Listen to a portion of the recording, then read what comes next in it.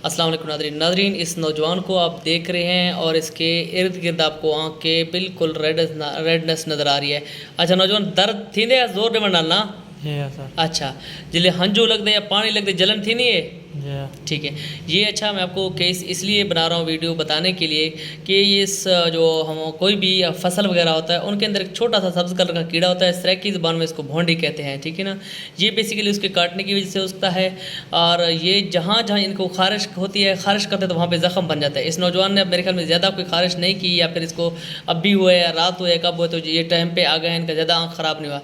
एक इंतहाई अगर कोई सवेयर केस आएगा वो भी मैं आपको इस भोंडी का दिखाऊंगा और ये इंतहाई ख़तरनाक और जहरीला कीड़ा होता है। इसके साथ ही आँख के अंदर शदीद इन्फेक्शन हो जाती है। अब नौजवान आँख खोलेगा तो मैं आपको दिखा दूंगा। नौजवान आँख खोले प्लीज़। अब मैं आपको आँख को अंदर से दिखाता हूँ। रेडनेस आप देखिए, वाटरिंग ऑलरेडी हो रही है ये, ठीक है ना। अब नौजवान को अंदर रेडनेस भी है, ये परलेंट डिस्चार्ज सुबह उठते तो आँख चिपकी होती है। आप देख रहे हैं कितना पानी निकल रहा है इसके आँख से। इस केस में हम ऑइंटमेंट देते हैं, आँख के बाहर इर्द गिर्द लगाना होता है और एंटीबायोटिक आई ड्रॉप्स देते हैं ताकि आँख का जो अंदर वाला इन्फेक्शन है वो कवर आए। पेशेंट को आँख को हमने खारिश करने से बिल्कुल मना करते हैं।